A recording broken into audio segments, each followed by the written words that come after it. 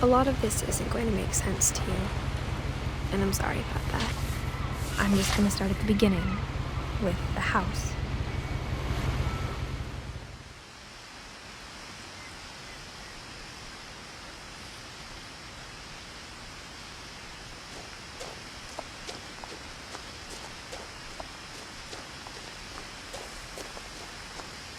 I lived here until I was 11, but I wasn't allowed inside half the rooms.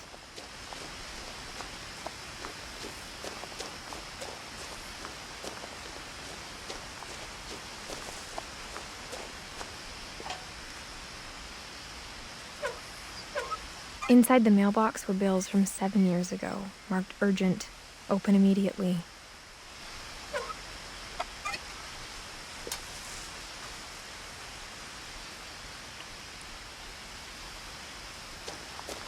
I hadn't been back since my brother Lewis's funeral.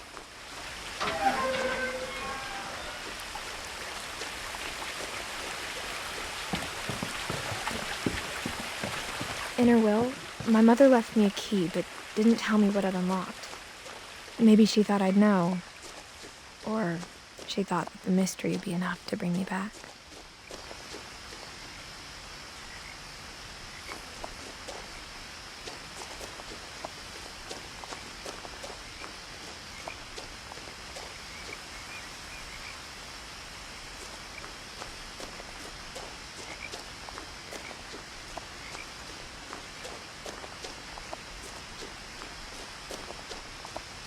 No one had driven this way in a long time, but I saw a few hoof prints.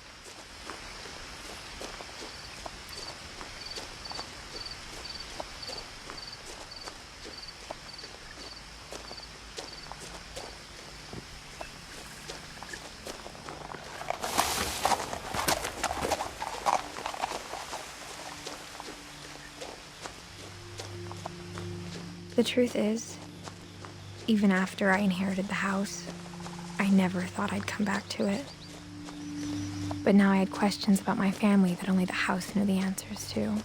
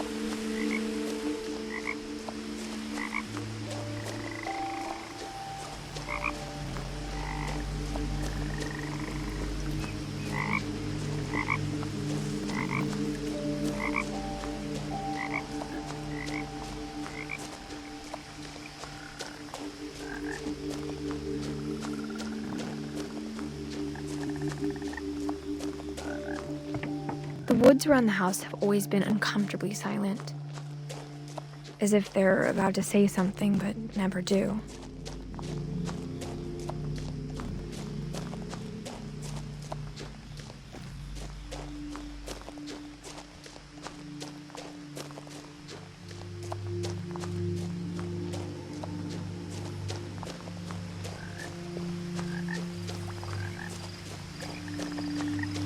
The house was exactly like I remembered it, the way I'd been dreaming about it.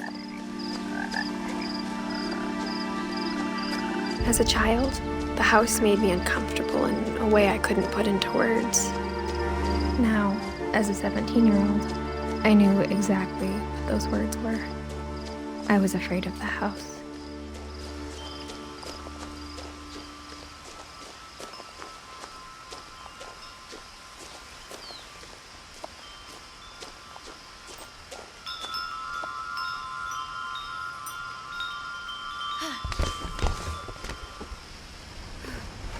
Crawling through the doggy door used to be a lot easier when I was 11.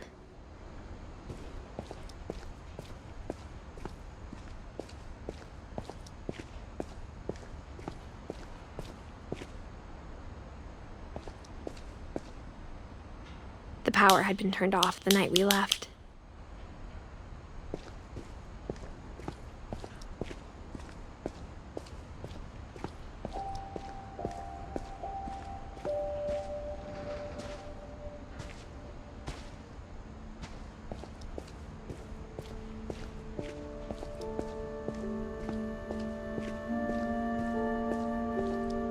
For the first time in years,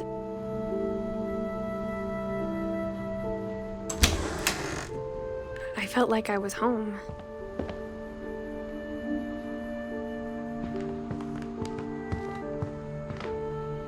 But instead of a family, there were just memories of one.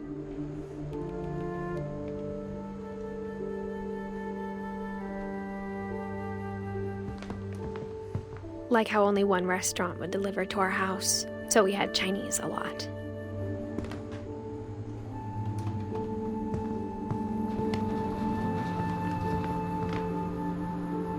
Or how after Louis started working at the cannery, we all got sick of eating salmon. Except our cat, Molly.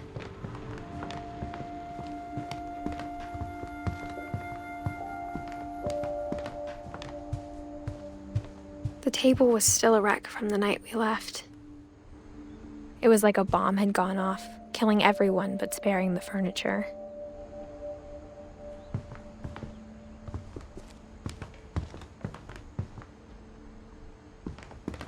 My mom was the only one of us who could imagine Great-Grandma Edie living in a nursing home. Nothing in the house looked abnormal. There was just too much of it. Like a smile with too many teeth. Even the fireplace had a story. Edie told me the bricks came from the original house, after it sank.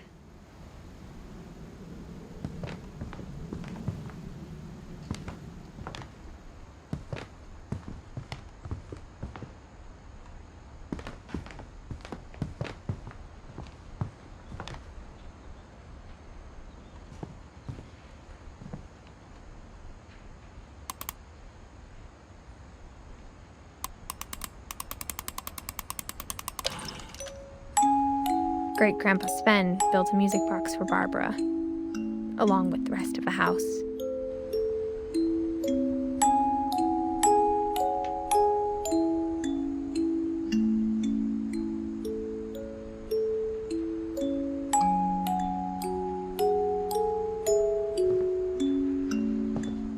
Mom always told me to stay out of the basement, so I wasn't too surprised when the key didn't fit.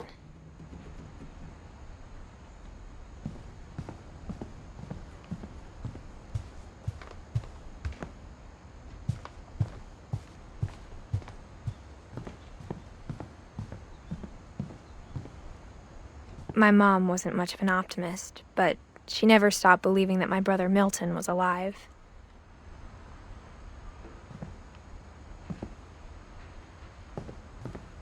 A lot of things got left behind in the whirlwind of that last night.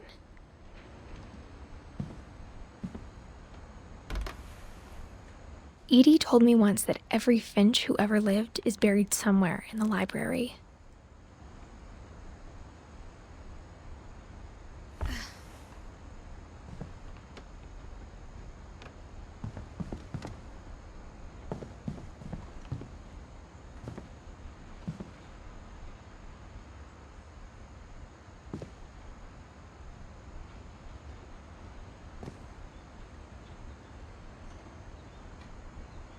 After Milton disappeared, Mom sealed up all the bedrooms. Then Edie retaliated and drilled peepholes.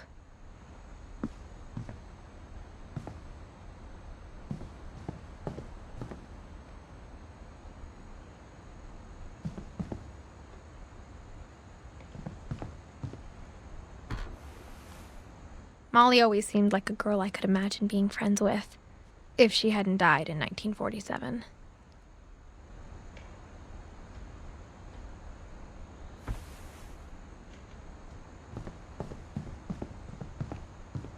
I spent a lot of time playing in Great Uncle Walter's room. I think my mom sometimes regretted not sealing it up. Lewis told me there were secret passages, but I never believed him.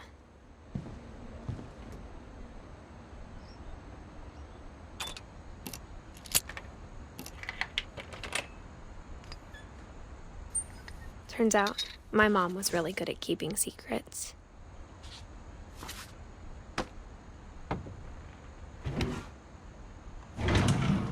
Now it was time to find out what my mom had been afraid of.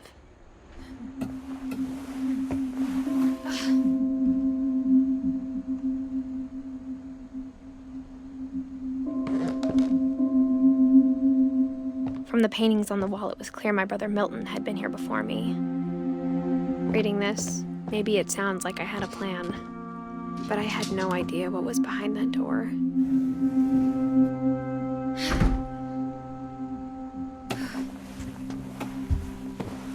Just like I had no idea where all this was gonna lead.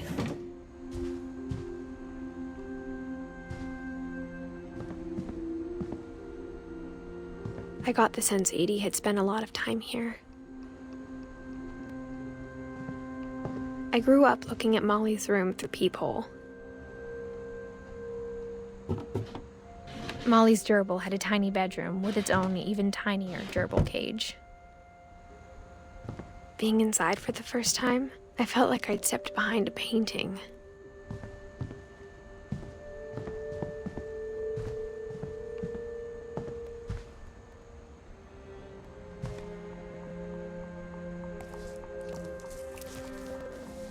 December 13th, 1947.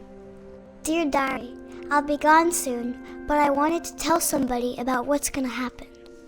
It started when Mom sent me to bed without dinner. I woke up and I was starving, so I looked around for something to eat. The gerbil food was dry, but I didn't mind it.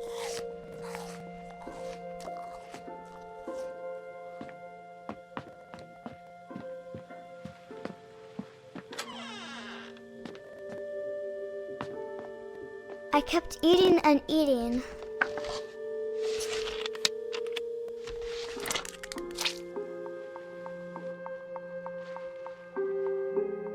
I ate a lot of things that night.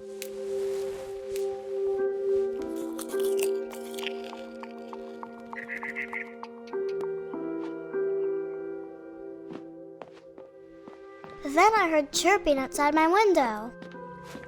It was a barn swallow going back to her nest. I reached out for her.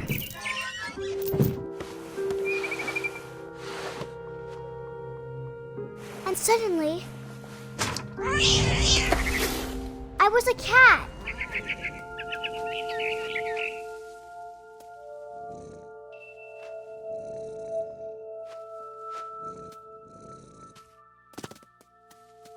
I tried to be quiet, but the bird was really scared.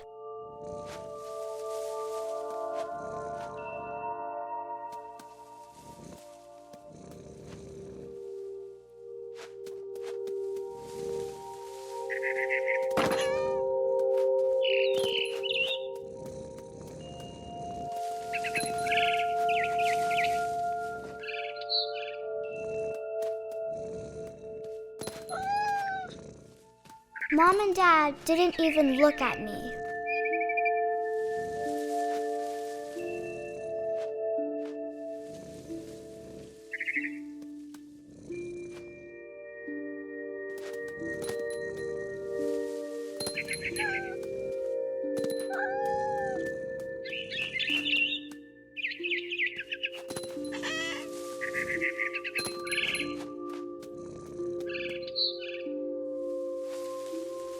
I jumped and I almost got her.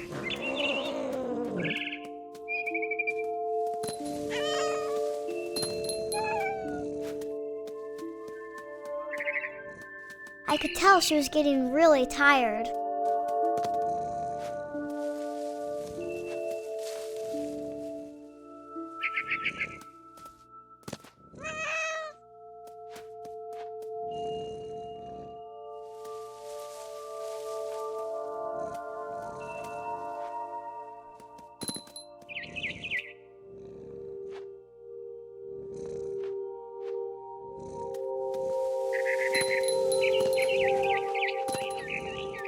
Now I was up in the big tree.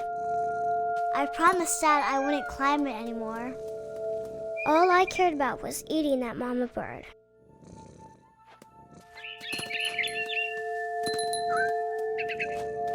I gobbled her up.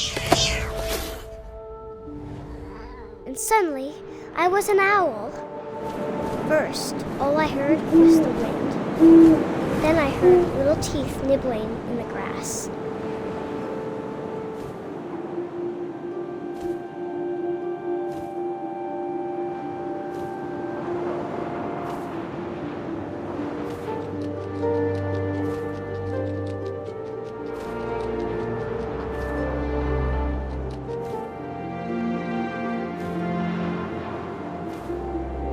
Rabbits.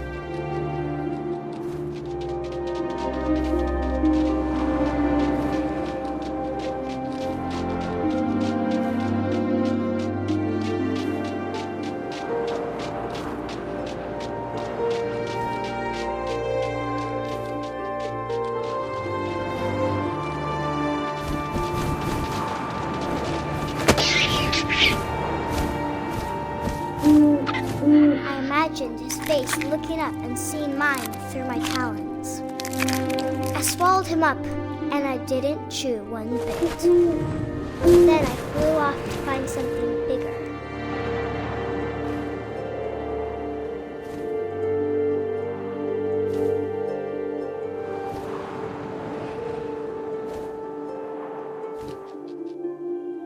A mama rabbit.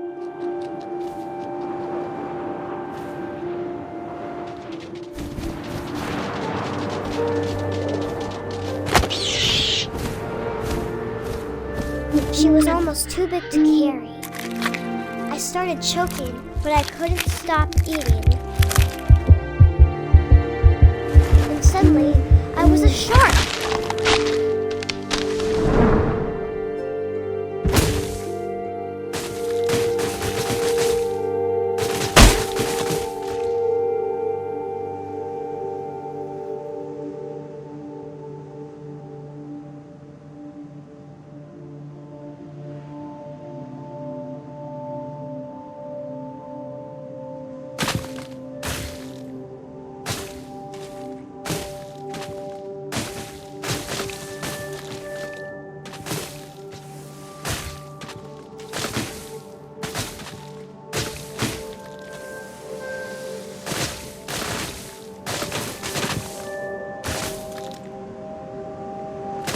I rolled off a cliff and into the ocean.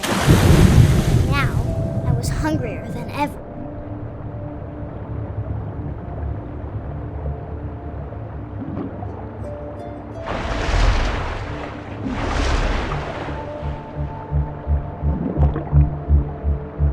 I wanted fat, juicy seals.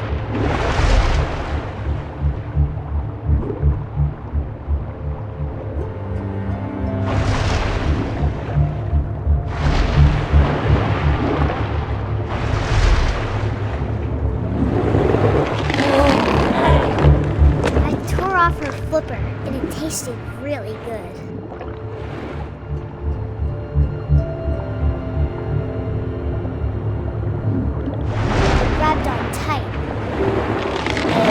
so hungry, I jumped out of the water.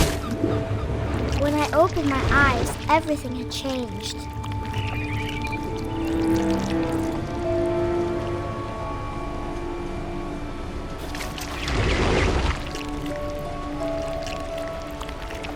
Now I was a monster, and I smelled people everywhere.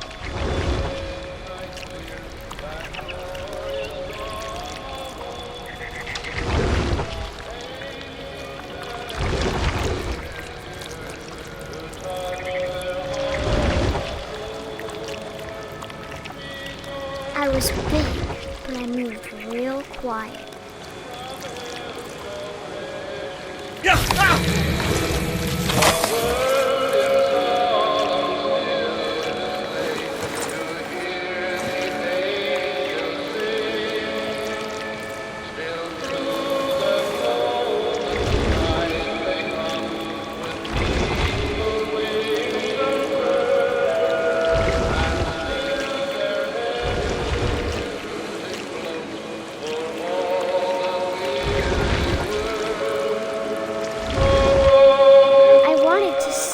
But also, I didn't.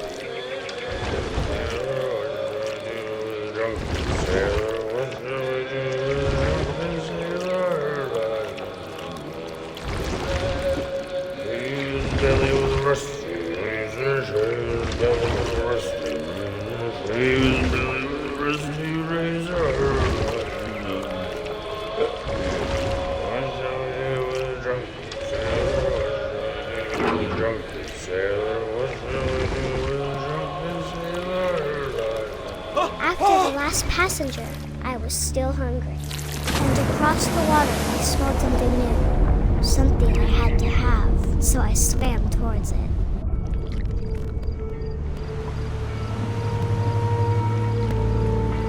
I slithered onto the sand, and the good smell went into an old pipe.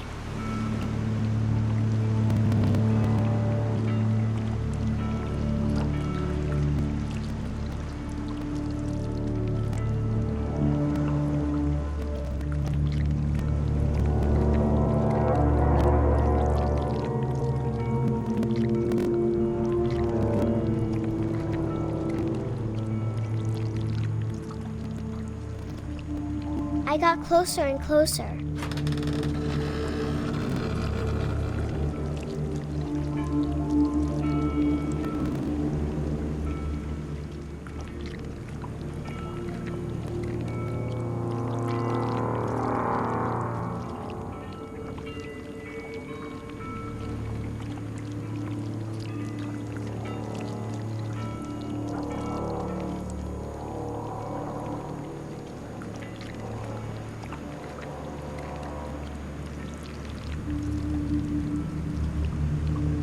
All my stomach started growling. And suddenly, I was me again. I held my breath for a long time, but I couldn't hear anything. I think it's waiting for me to fall asleep. But it's not going to wait much longer. It needs to feed, and we both know I will be delicious.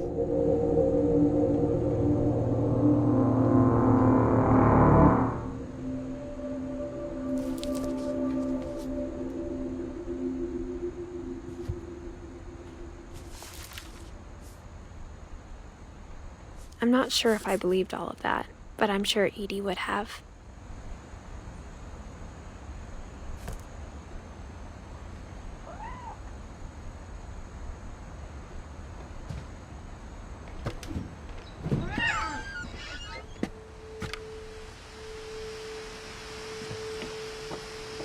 This will be obvious later, but my mom never told me any of these stories.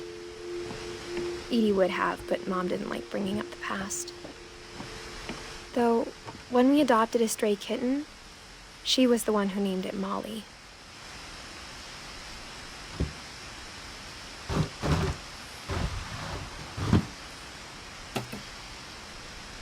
I spent a lot of time in Great-Grandma Edie's room.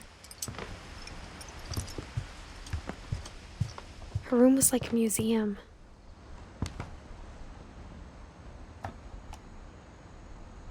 For For 500 years, the Finches have been famous throughout Norway for their fortune and misfortune.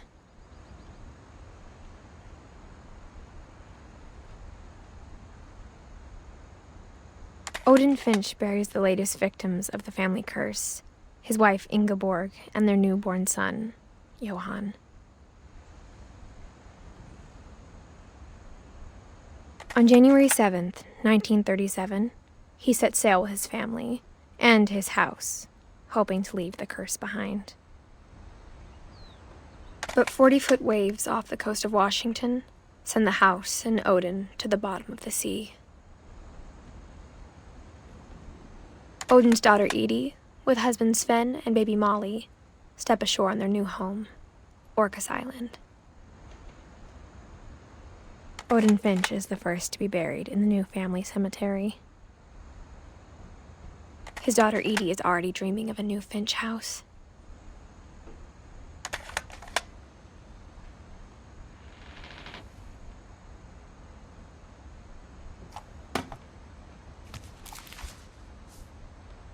Whatever's wrong with this family, it goes back a long ways.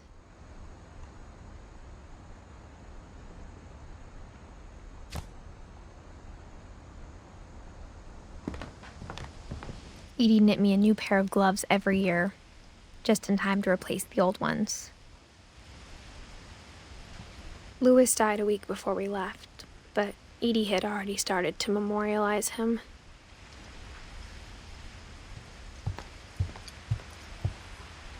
Edie gave a big interview about a mole man living under the Finch house. My mom was furious. I hadn't thought of myself as Edith Jr. for a long, long time.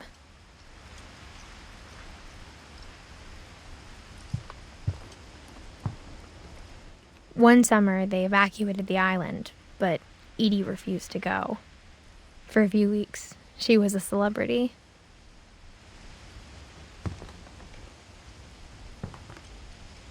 When Edie told people Sven was killed by a dragon, she could also have said he was building a dragon-shaped slide that collapsed. She could have, but she didn't.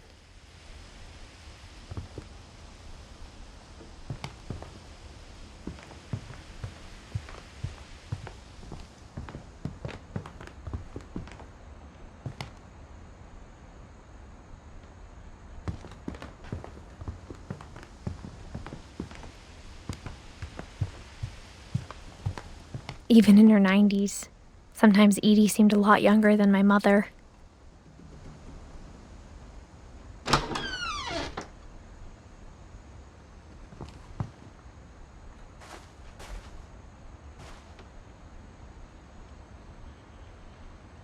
The only trace Grandpa Sam's first wife Kay left on the house was the pink bathroom.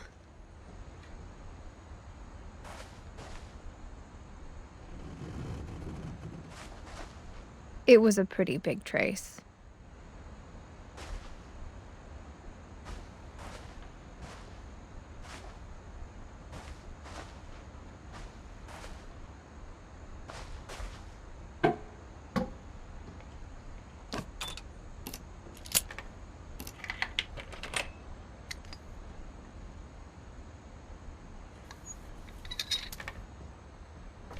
There's a secret in this bathroom.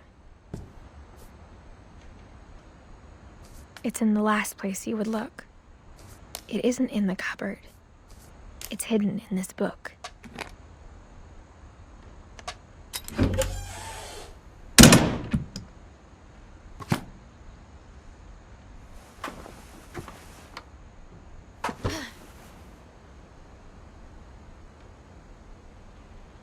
Sven gave Sam an old camera he'd refurbished. He never put it down.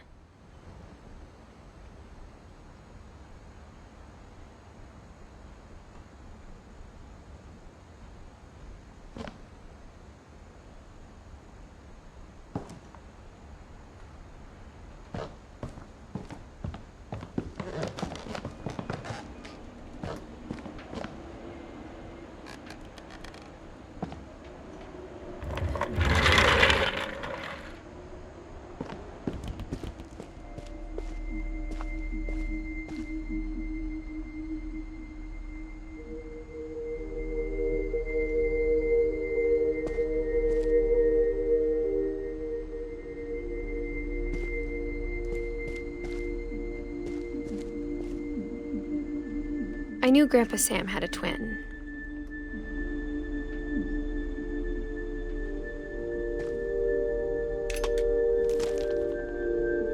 And that he never talked about him.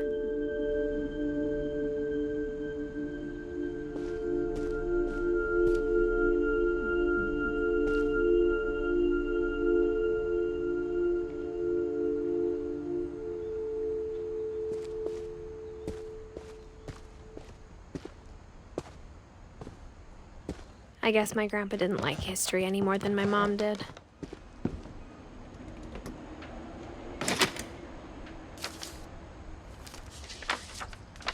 How I Want to Remember My Brother by Sam Finch. The thing I remember is that when he made up his mind, that was it. My brother said he'd die before he ate another mushroom, and he did.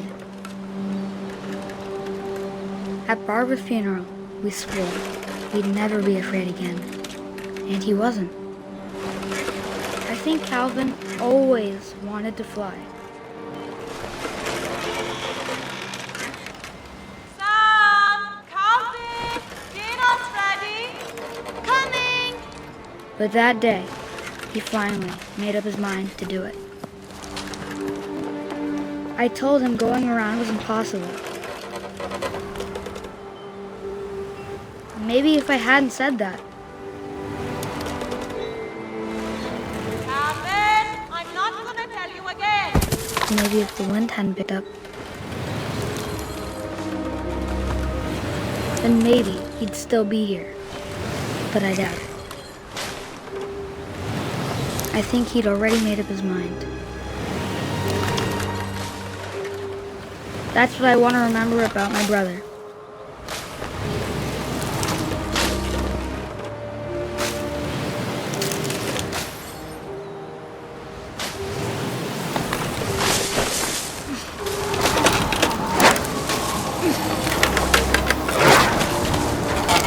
The day he made up his mind to fly.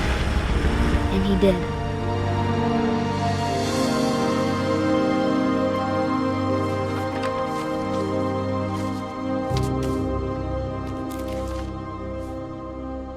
Calvin's story felt strangely familiar. When I was younger, I remember trying to do the exact same thing.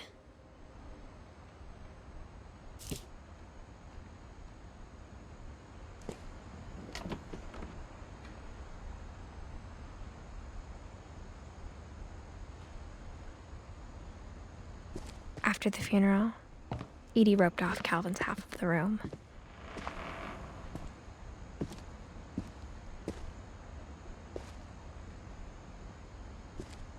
Mom said Grandpa Sam enlisted at 18 and never set foot in the room again.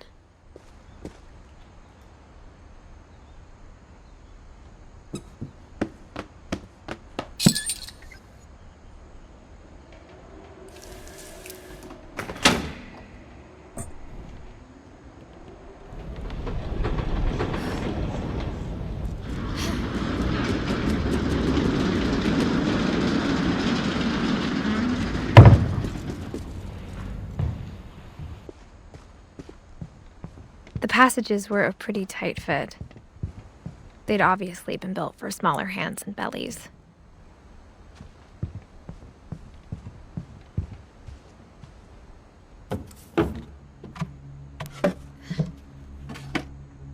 Growing up, I always thought of Barbara as a child star.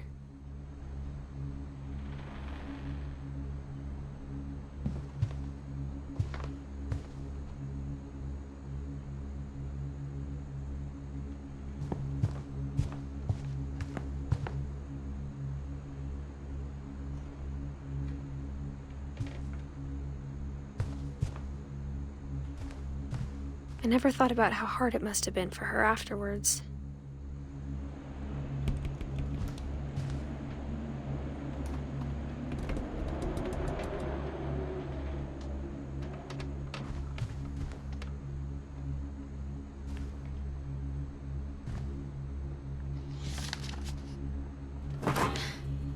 Of all the stories people wrote about Barbara's death, I'm surprised Edie saved this one.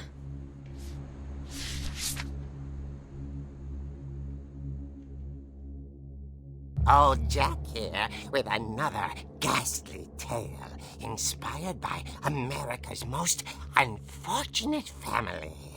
I'm calling it The Surprise Ending of Barbara Finch. As a child star, Barbara was famous for her scream. Now at 16, she was all washed up, a has-been. But in a lucky break, she'd been asked to perform her signature scream at a local convention for monster movie fans. It was just the boost her career needed. Unfortunately, her scream hadn't aged well. Getting better. I think you just need the right motivation. Her biggest fan and current boyfriend, Rick, was about to demonstrate when... Now that was a great scream. It was Barbara's father, Sven. He'd slipped into a table saw and had to be rushed to the emergency room. So Barbara got stuck babysitting her youngest brother, Walter. Her convention comeback was cancelled. Okay, I'm hearing frustration, but I'm not hearing terror. What if I tried... A gang of hoodlums in Halloween masks have been terrorizing Orcas Island tonight. Police are urging residents to... That came from the basement. You're right! Also, I loved your delivery on that. Why is your basement door locked? Because my dad likes making puzzles and secret passages. There's a key hidden in the music box. The secret is to keep winding and winding until finally the key pops out. Thanks, babe. I'll be back in a sec. 20 minutes later, Rick hadn't returned. So Barbara went to look for him, right on cue. She reached for the music box.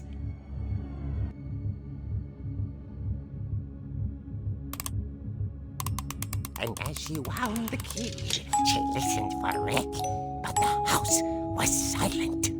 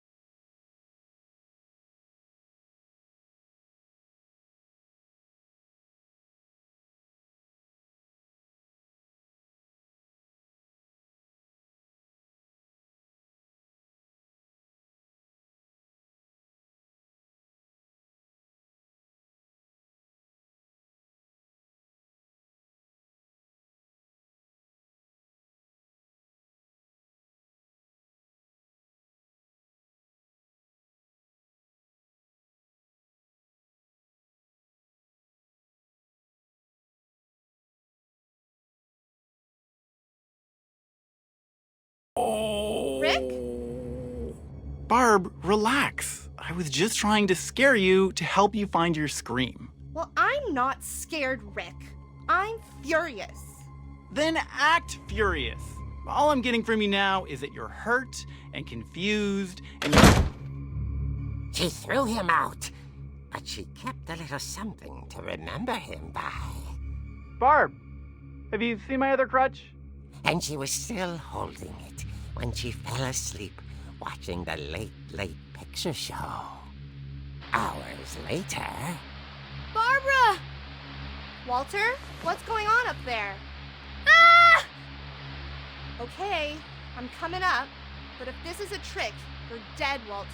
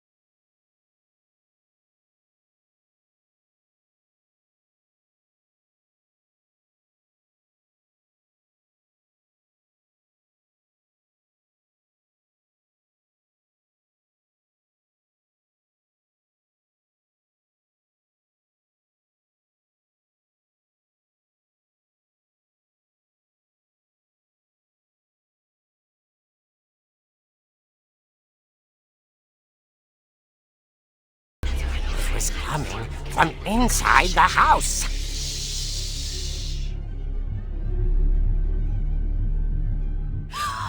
Oh dear. The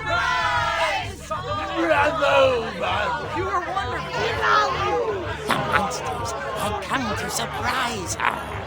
For Barbara, it was a dream come true. Then she saw what kind of monsters they were, and she realized what was about to happen. She was going to be famous. And with her final breath, Barbara Finch gave the performance of her life.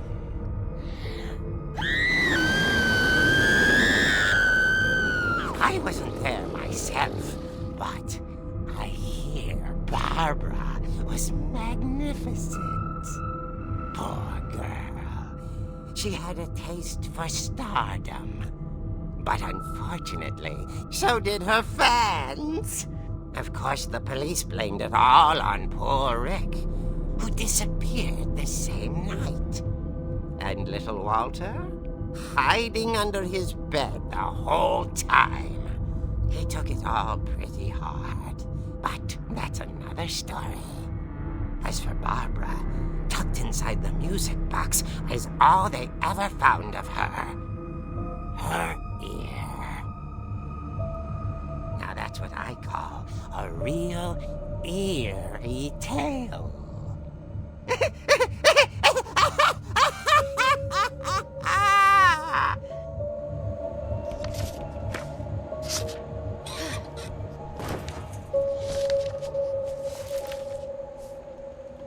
Edie told me all Barbara wanted was to be remembered, as absurd as that comic was.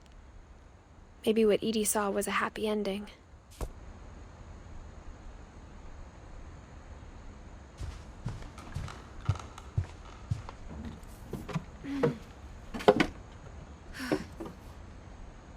I guess now I know why Mom didn't like me playing with the music box.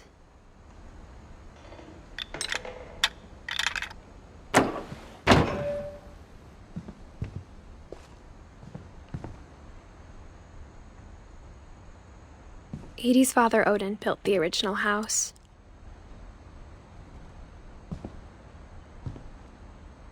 Whenever people ask me about my family, the first thing they always want to know about is Barbara.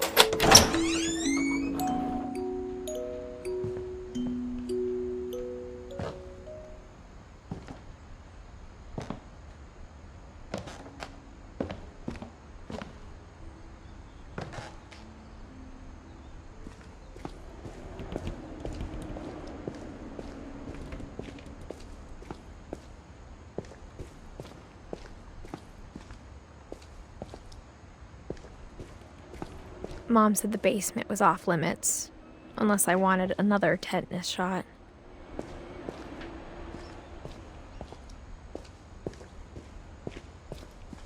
I saw Edie sneak down to the basement once, carrying packages. I thought maybe she was hiding presents.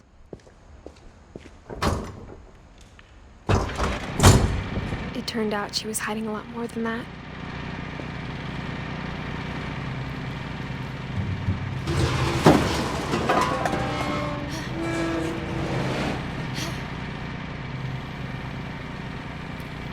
I remember asking Mom once about where Walter had gone. She said after Barbara died, he got as far away as he could. If there's a pattern in all these stories, I think it's that none of us has gotten very far.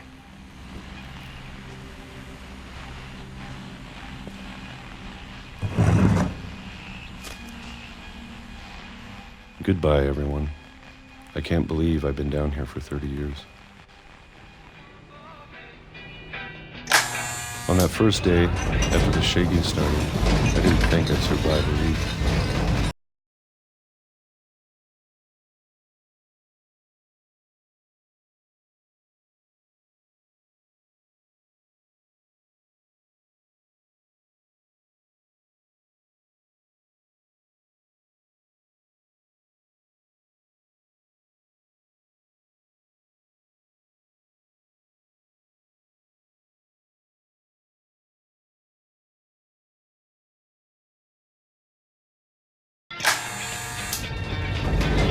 But if you wait long enough, you get used to anything.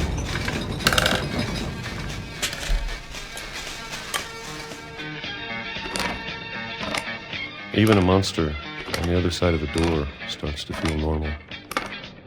Almost friendly.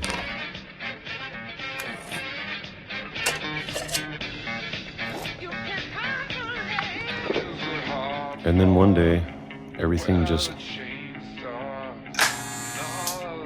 stopped. Whatever that thing was, it was gone. Maybe it got tired of waiting. Or maybe I just got tired of being afraid.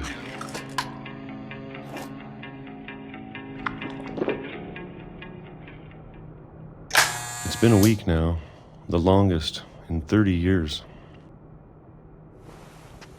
I'm done waiting. I have to leave while I still can.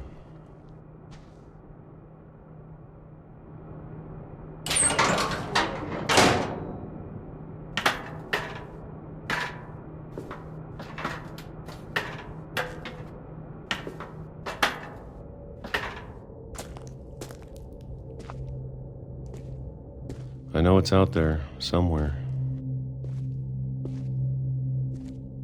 Whatever killed Barbara and Molly and Calvin.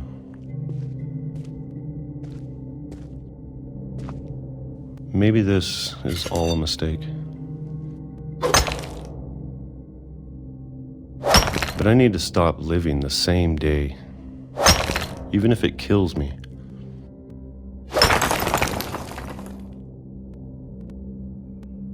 Whatever's out there, I want you to know I'm ready for it. I'm going to appreciate all of it, especially the food. I don't mind if I only have a year left, or a month, or a single week. I'd be happy with one whole day. I can already imagine the sun on my face.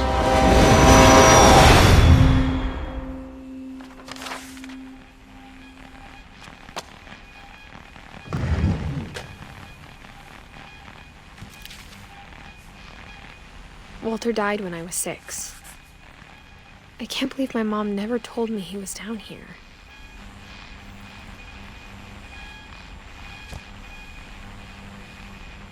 I'm sure my mom was trying to protect me.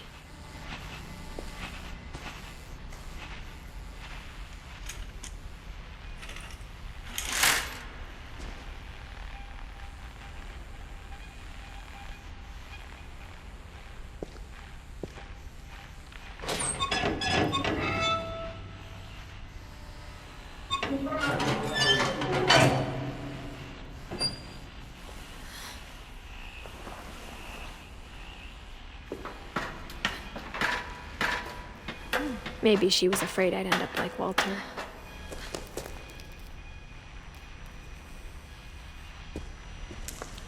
But if she never told me about an uncle under the house, I I can only imagine what else she was hiding. I don't want to make the same mistakes she made. Trying to bury something that's still alive.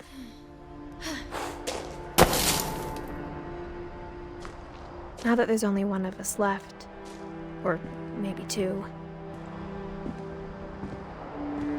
I thought it was time I heard the stories for myself and found out what happened to everyone else. But now I'm worried the stories themselves might be the problem. Maybe we believed so much in a family curse, we made it real.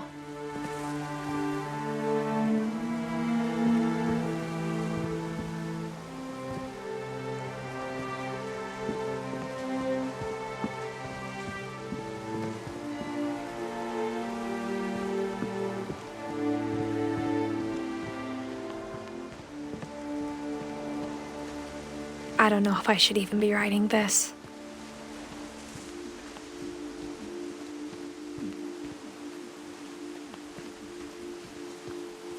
Maybe it'd be better if all this just died with me.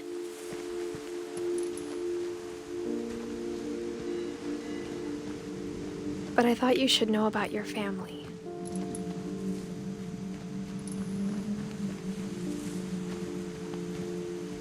And the history you're a part of.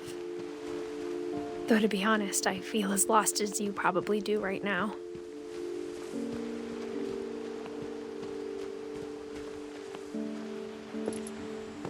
I think the people in these stories believed them, for what that's worth.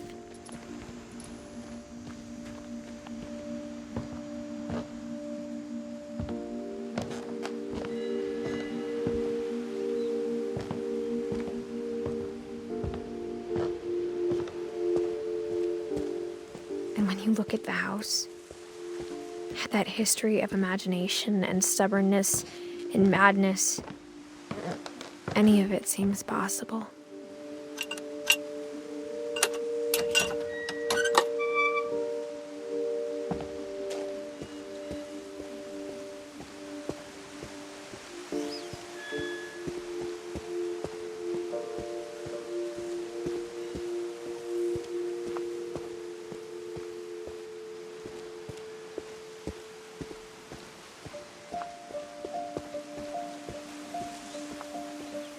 I think we've been surrounded by death for so long, we've just gotten used to it.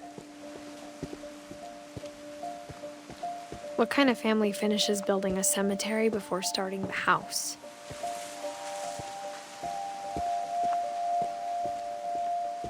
It's embarrassing for me to admit this, but the pet cemetery made me more uncomfortable than the human one. 3 of the gerbils were mine, and 2 had been my fault. Sven built the house, but it was Edith who designed the cemetery.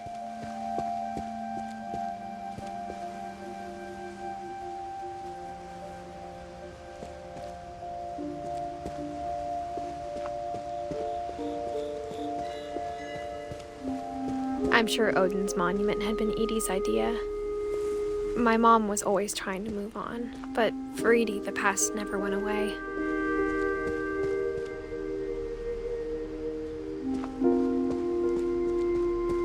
She could see it poking out of the water at low tide.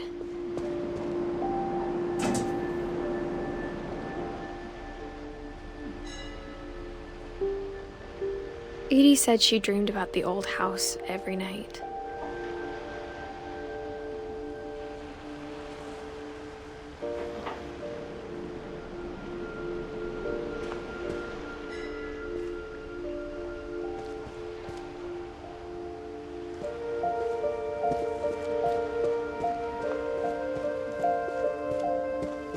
Edith's side was always easier for me to understand. But the older I get, the more I can see where my mom was coming from. Her dad had been pretty strict, but it wasn't enough to save her brothers. She was just trying to do better. She lost 2 of her brothers, just like I did. I get why she tried so hard to protect us. There's so many things I wish I could ask my mom now. Part of me thinks this is what she wanted all along. For me to come back someday and find everything out for myself.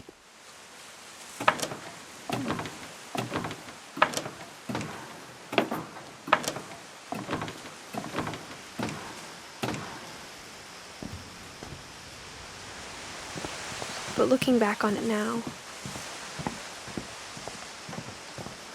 if she told me there was going to be so much climbing, I never would have come when I was 22 weeks pregnant.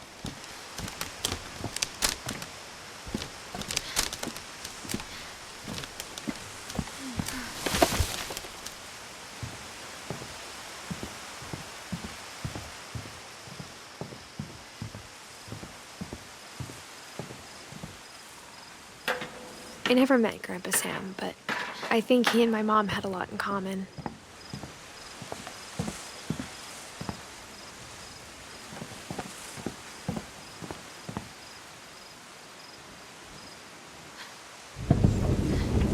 They were both pretty intense.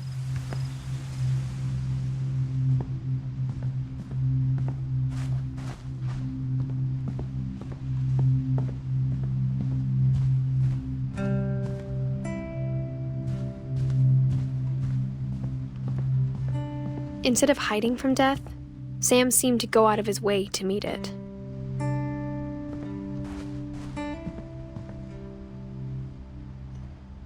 Sam spent his life shooting photos, but Mom said he got nervous being in front of the camera. I guess we're all afraid of something.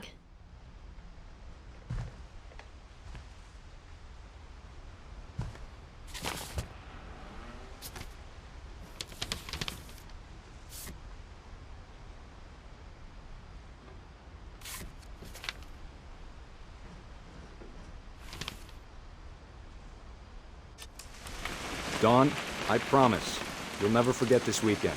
Yes, sir. These memories are gonna last a lifetime. What? Am I gonna have to shoot anything? It's a hunting trip, Dawn. Shooting is strongly encouraged. Perfect. It's gonna rain the whole weekend, isn't it? I will never forget this weekend, Dad. That's the spirit.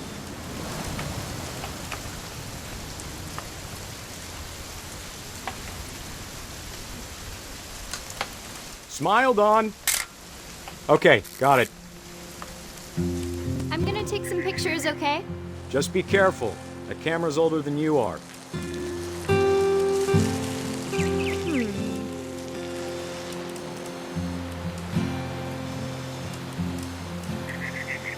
You're right, Dad. It's starting to clear up. Still freezing, though. Definitely should not have drunk all that coffee. Hey! That's a keeper. Nothing quite like being outside. I'm just saying, I'm not always gonna be here, Dawn. You'll need to remember this stuff, if you want to survive. I'll be fine, Dad. You know who else thought he was gonna be fine? Some guy who died. Dawn, I'm being serious. I know, Dad. You're always serious. Doesn't being out here make you want to chill out? Well, to tell you the truth, I haven't been out here in 20 years.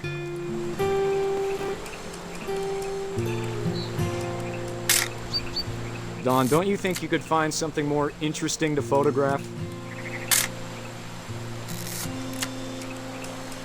Last time I was with my brother Calvin. Man, that was a great trip. Dad! Good eyes, Dawn. Before you take the shot, let me get a picture of you.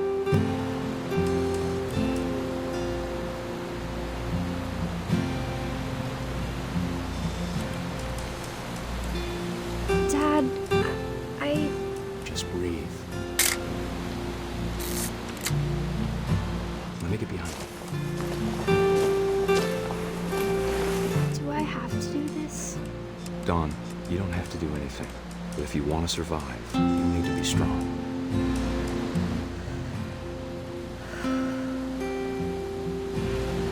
Now keep yourself squared up, elbows down, like we practiced, whenever you're ready.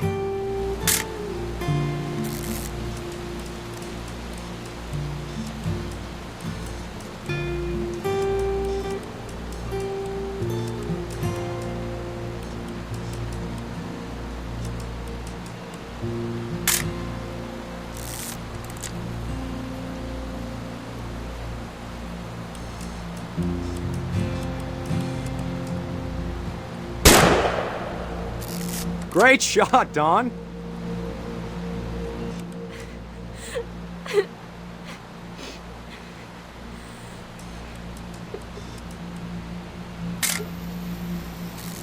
I'm proud of you, Dawn. Always remember that, okay?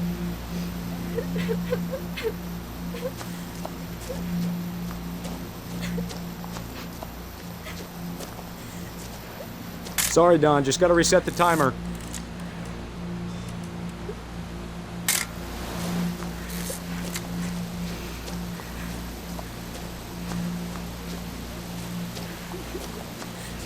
Dad, it's twitching. I think That's it's totally some- normal, Don. Just focus on the camera. Try not to think about— Dad!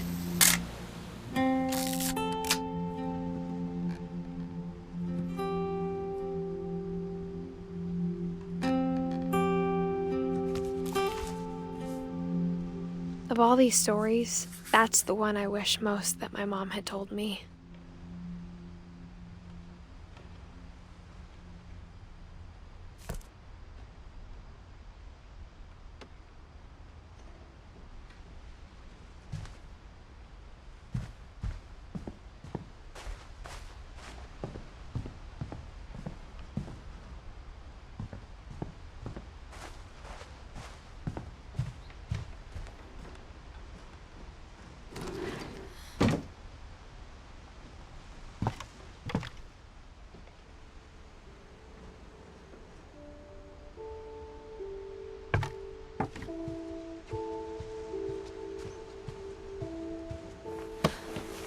After Sam died, my mom and Edie got really close.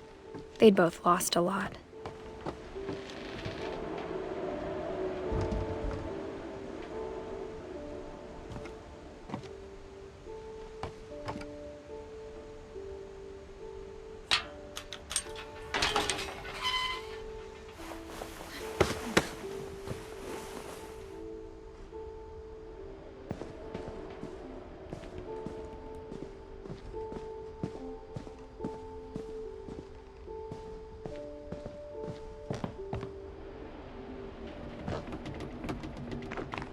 My mom moved up to the loft after her brothers died. At the time, it was as far away as she could get.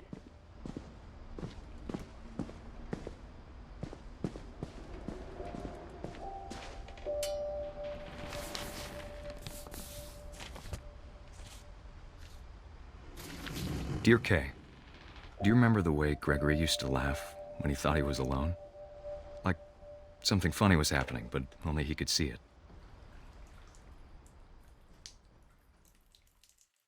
I think he saw things the rest of us don't.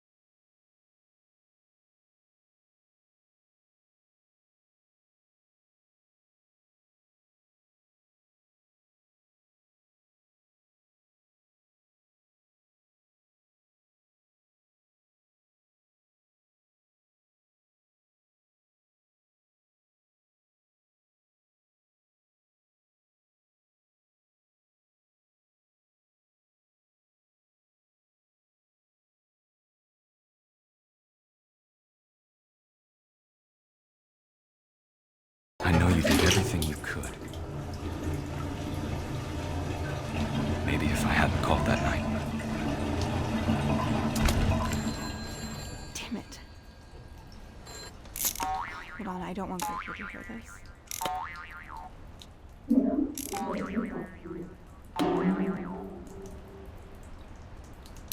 I wish she could have told us.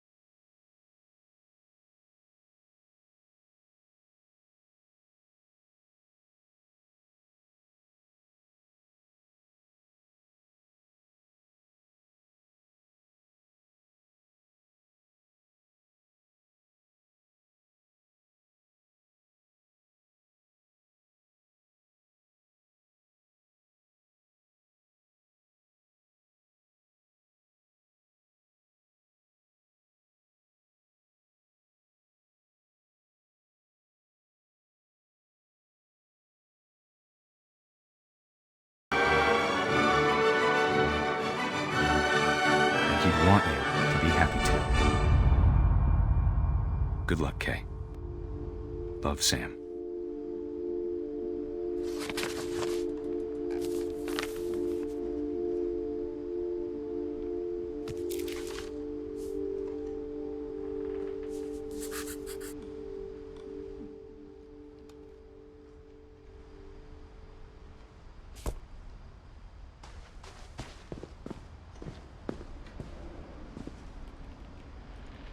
I can't imagine my mom ever writing poetry, and yet...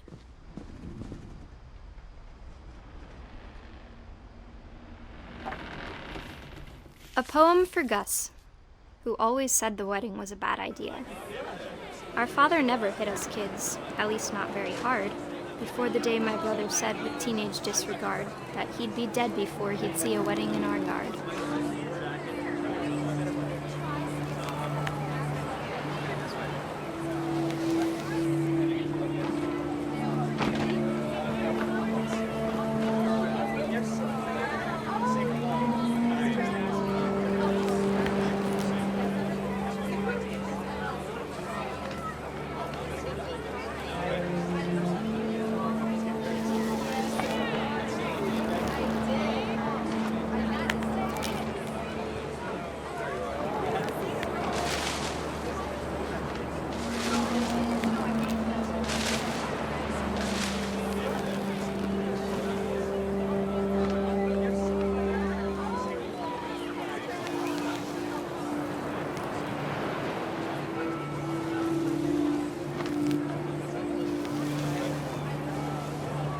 My father made him come, of course, but Gus stood far apart, just flew his kite and bottled up the storm inside his heart.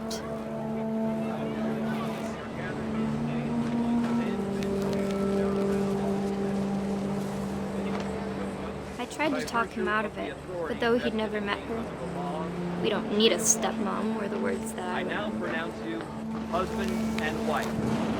You may kiss the bride.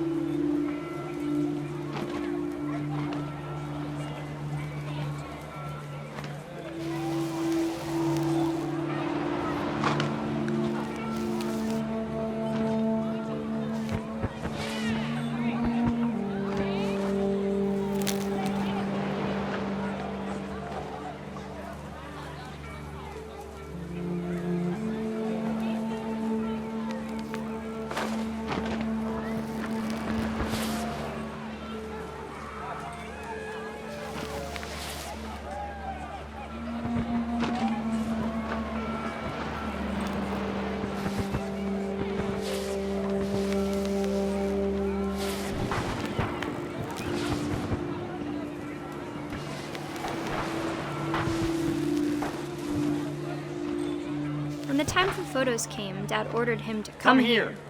But Gus declined, and as a sign held up his middle finger.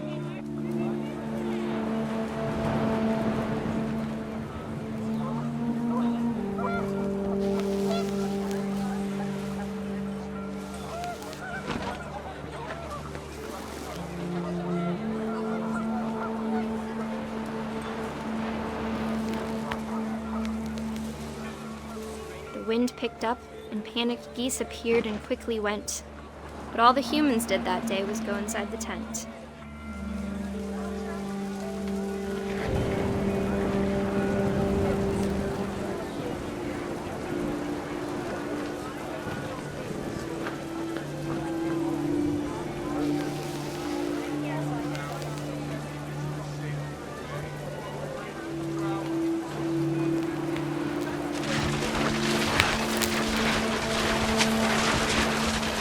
Rain came down in buckets then, but no one seemed afraid that nature might destroy the tent our dad had crudely made.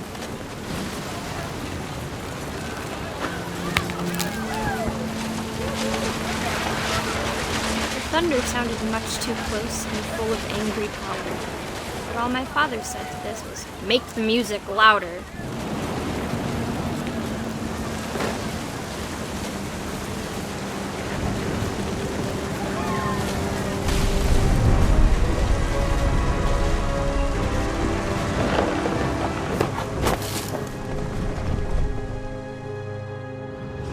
I wish that I could truly say I thought about you on that day.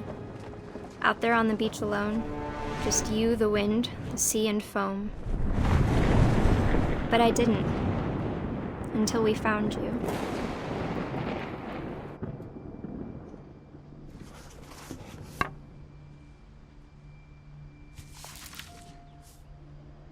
She never talked about him, but Mom told me once if I was a boy, they were going to name me Gus.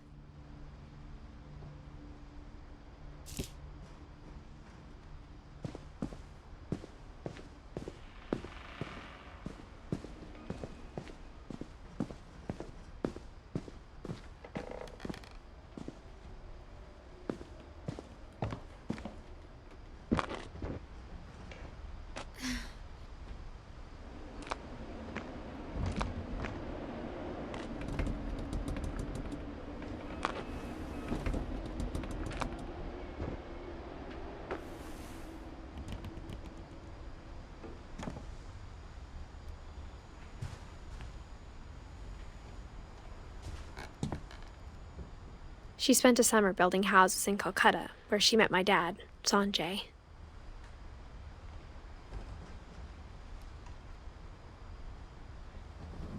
My mom moved to India a week after graduation and got a job teaching English. Religion was another thing my mom never talked about, but I think it helped her a lot after her dad died.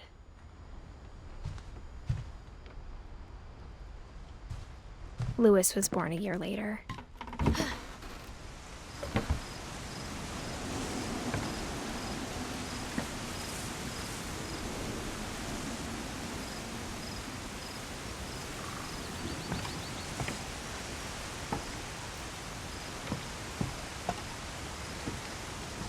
When my dad died, I don't think Mom knew where else to go.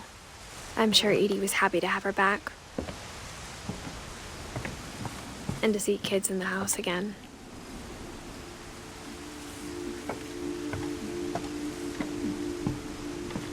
The house had to get a little bigger, but Edie was used to that.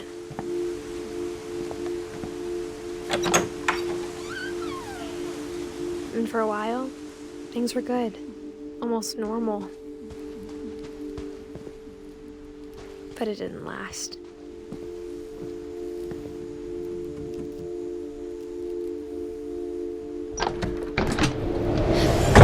The beginning of the end was Milton's 10th birthday, when Edie gave him a castle.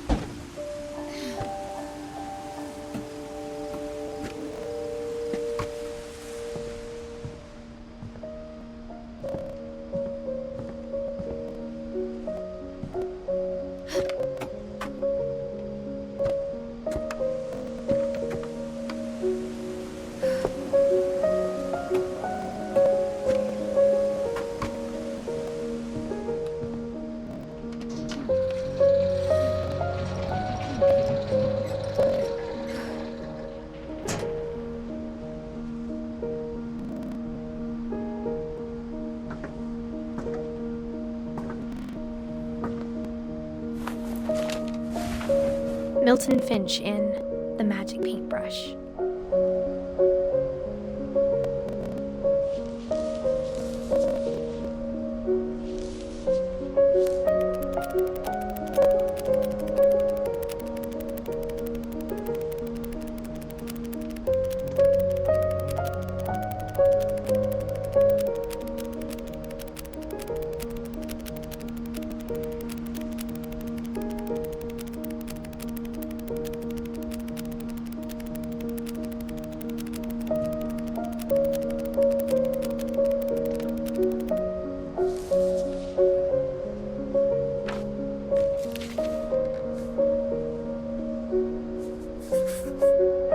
I was 4 when Milton disappeared.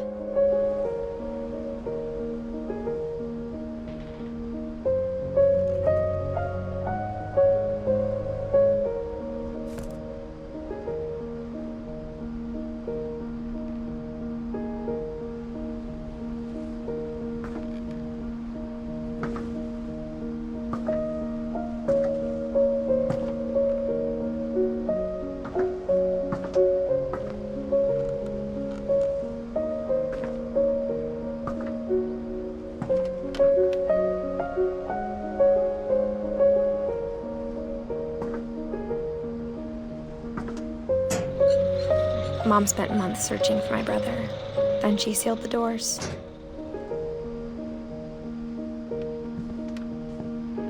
Whatever Milton had found in the house, Mom didn't want it getting out.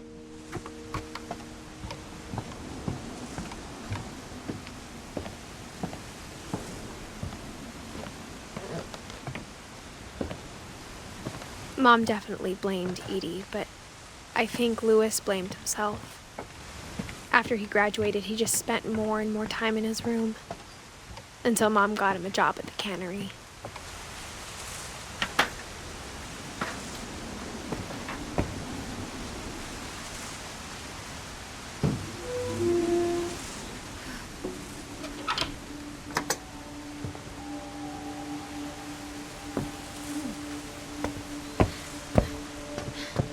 Louis's room smelled very, very familiar. That part of him lived on.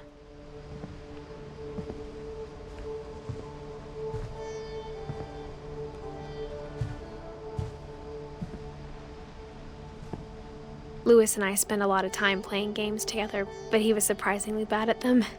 He died a lot.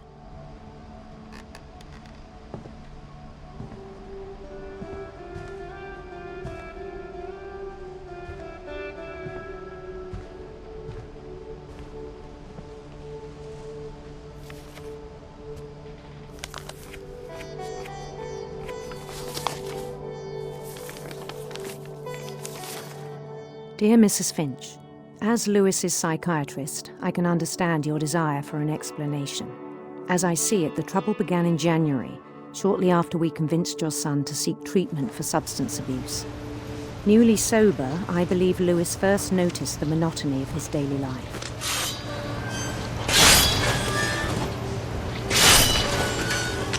He kept working at the cannery, but he withdrew part of himself. In our sessions, I saw the same behavior.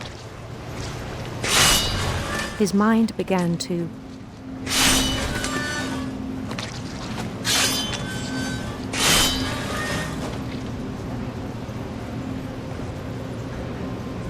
wander.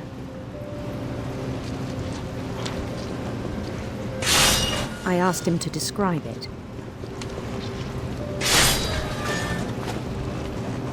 He said he started small, imagining a labyrinth. He'd feel his way about.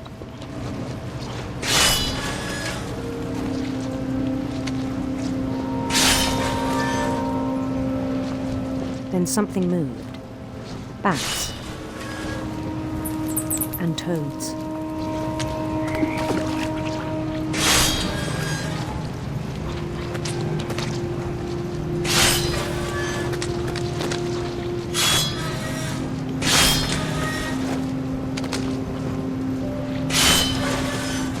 And things that have not names.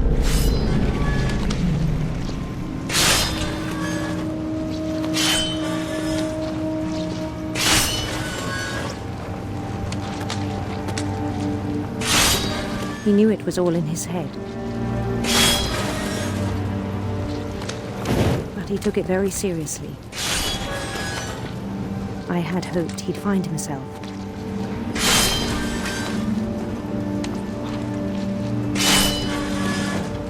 But he found something more. I worried about him then, daydreaming at the cannery.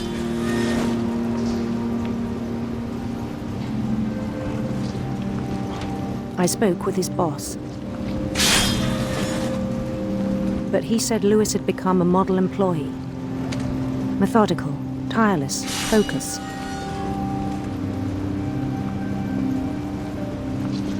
Like a whole new Lewis.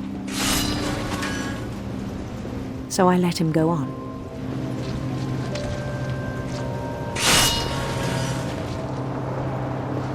I even encouraged him. It seemed very promising at first.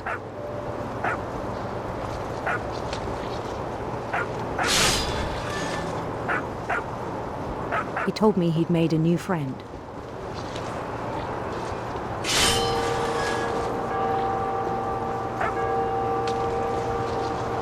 On the edge of a city he named Lewis Token.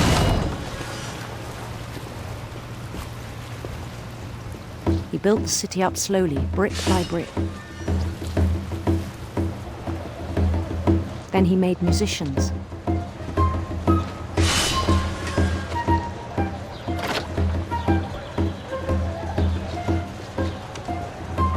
And songs for them to play.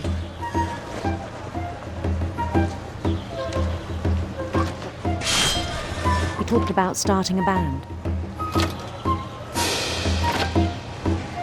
And he was always humming something. Every day his imagination grew stronger.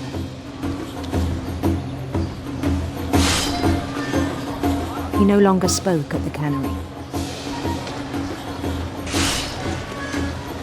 But his chopping was as reliable as ever. Then one day it struck him that all the cheering crowds, even the stones under his feet, were all in his imagination, so he could do whatever he wished.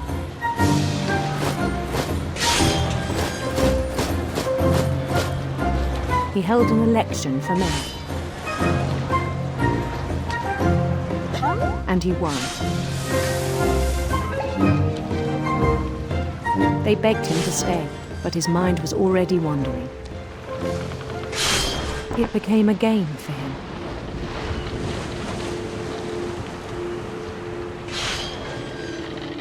He'd conquer a city, then immediately push on. New Louisville.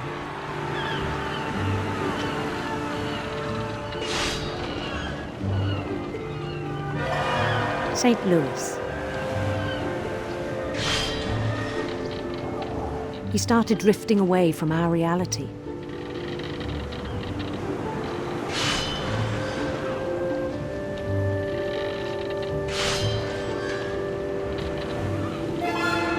Minneapolis, until one day he forgot to go home from the cannery. Even as his mother pleaded with him, part of Lewis kept sailing on.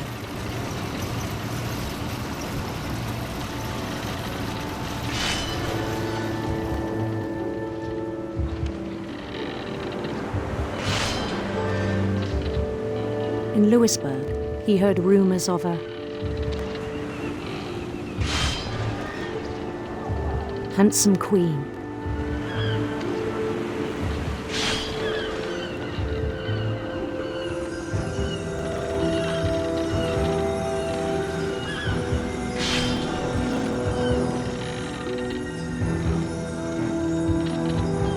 The queen was on her own quest for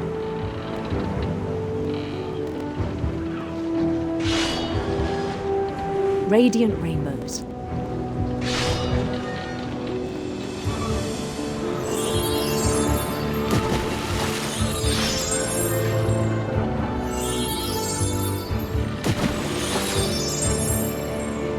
If followed the sound of her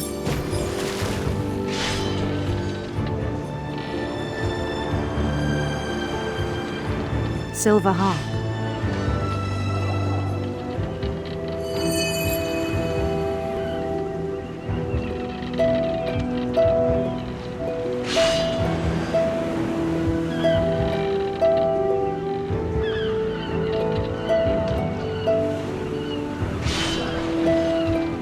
His chase led him to a golden palace east of the sun and west of the moon. Even then, his logic remained sound.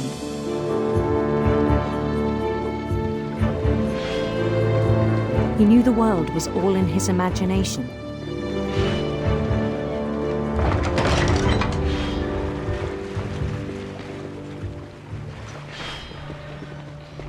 But he was so proud of having created it.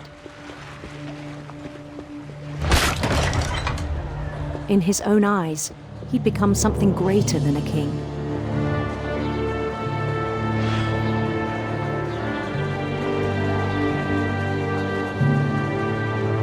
For someone who'd never known success in the real world, I think it was overwhelming. And then it struck him that the real Lewis was not the one chopping salmon, but the one climbing the steps of a golden palace.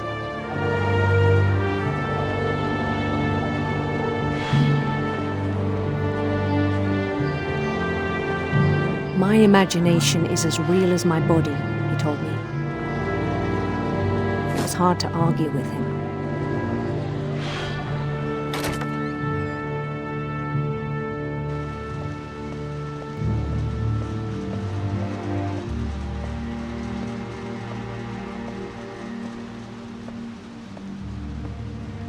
He began to forget the world we know.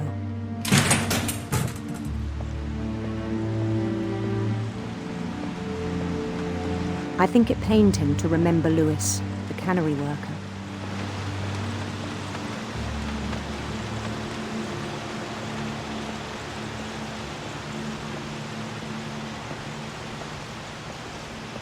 He began to despise the man with a royal contempt.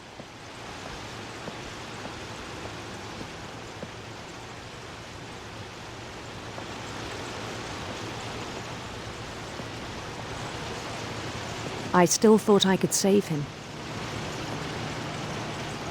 Even after he said he was being crowned king over all the lands of wonder.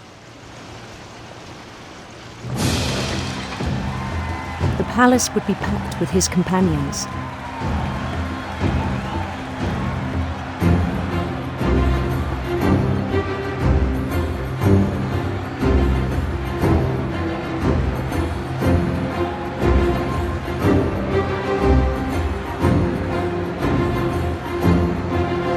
Including the wise Calico who'd insisted on advising him.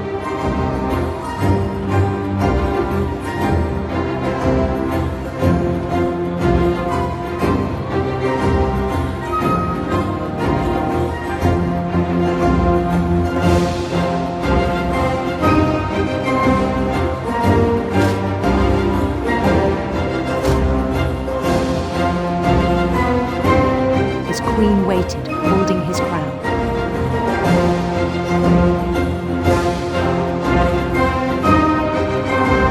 There was only one thing left to do.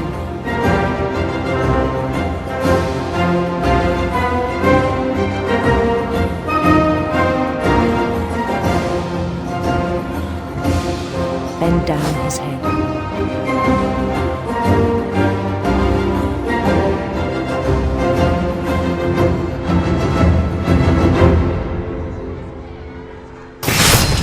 And the rest I think you know. Mrs. Finch, your son was a kind man who will be missed by all of us who knew him.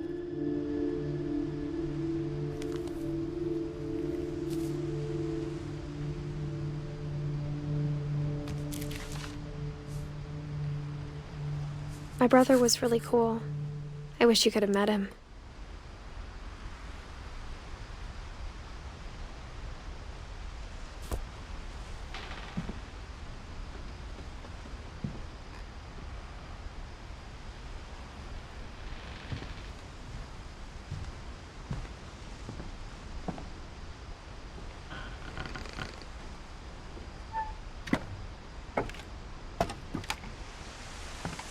On the way back from Lewis's funeral, my mom told me to start packing.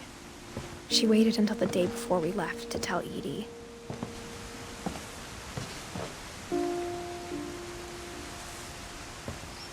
I'm not sure if she wanted to make it easier or harder.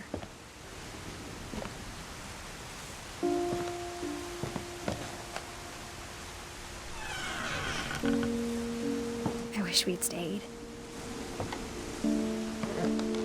But I understand why we left. My mom ended up leaving everything behind.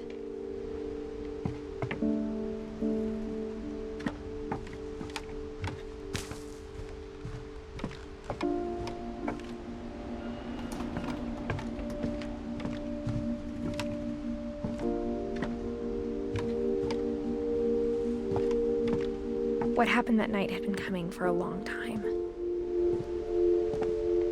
Maybe it should have come sooner.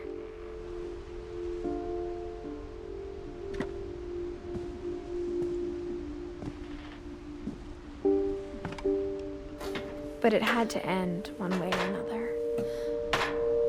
All that's left now is to tell you about that last night.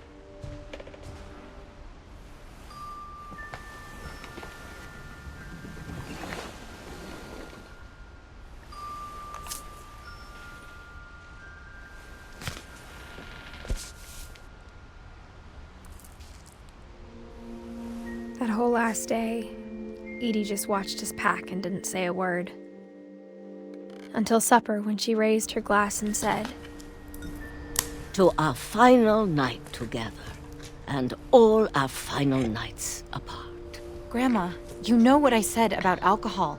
Some of your medications are very Edith, specific. I left a present for you in the hallway. Why don't you go open it? The grown-ups have to argue now. I'm sorry, you're right. We're all leaving tomorrow. Let's just enjoy our last... I'm not leaving. Edith, you're excused.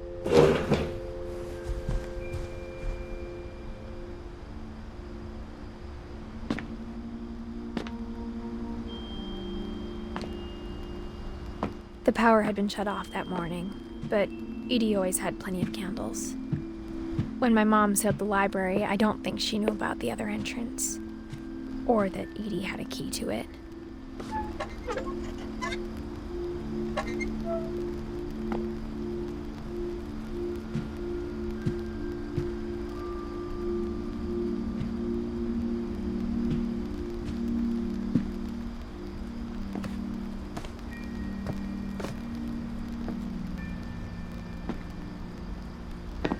That thing you're afraid of isn't going to end when you leave the house.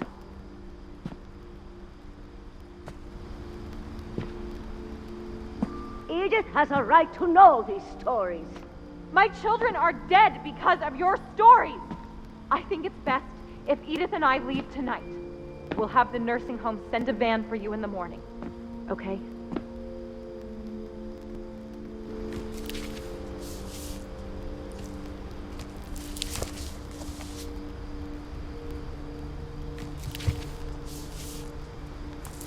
Dear Edith, there's so many stories I wish I could tell you, but there's only time for one. This is about what happened on the night you were born. That night, the tide went way, way out.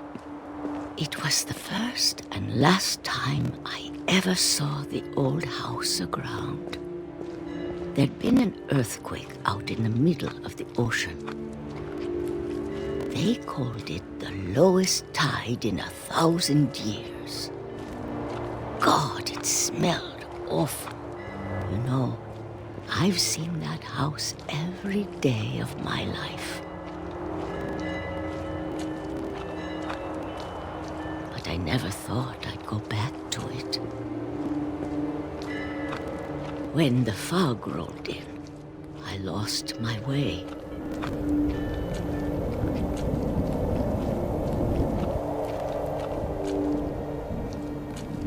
I got turned around.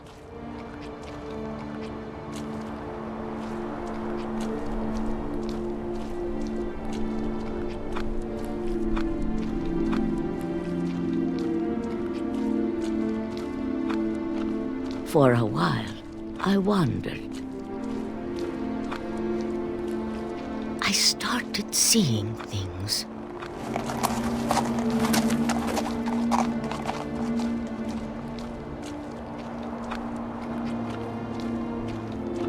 Things I'd forgotten had ever existed.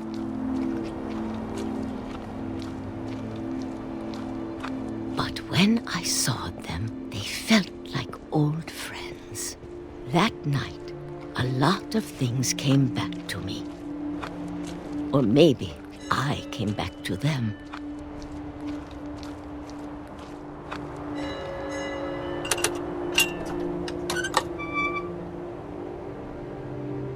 Things I can't explain, but that I need you to try and... Edith, what are you doing in here?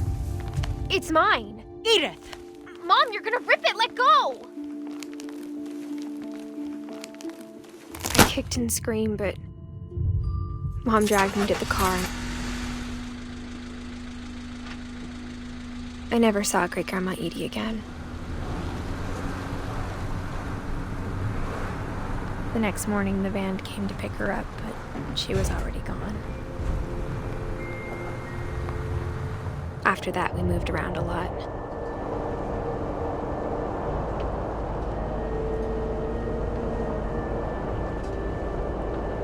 We both tried to make the best of it.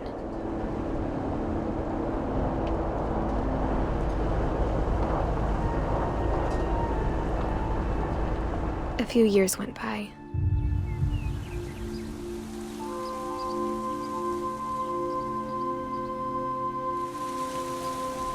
My mom didn't like to talk about it, but she started getting sick a lot. The rest happened pretty quickly.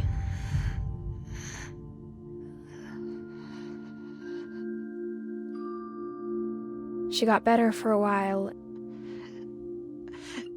and then she didn't. And then I was alone.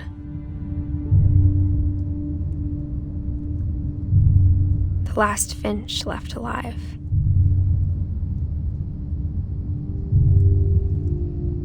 Until I found out about you. I'm still not sure what to tell you about all this. If we lived forever, maybe we'd have time to understand things. But as it is, I think the best we can do is try to open our eyes. And appreciate how strange and brief all of this is.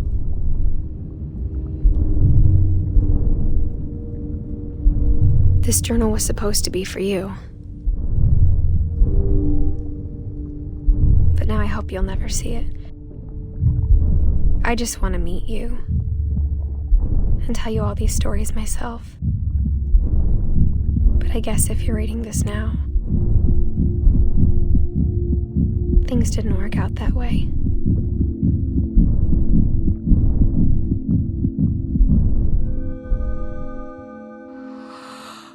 This is where your story begins. I'm sorry I won't be there to see it. It's a lot to ask, but I don't want you to be sad that I'm gone. I want you to be amazed that any of us ever had a chance to be here at all. Good luck.